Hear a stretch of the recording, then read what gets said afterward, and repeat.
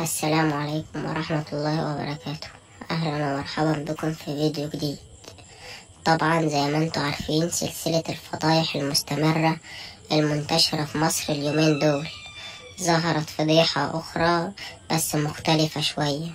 فضيحة لشيخ اسمه صلاح التيجاني، والفضيحة دي مع فنانين وراقصات معروفة زي سمية الخشاب وفيفي عبده.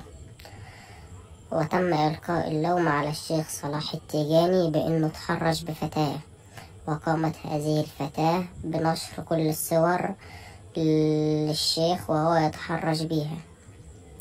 يلا بينا نشوف الفيديو ونرجع تاني.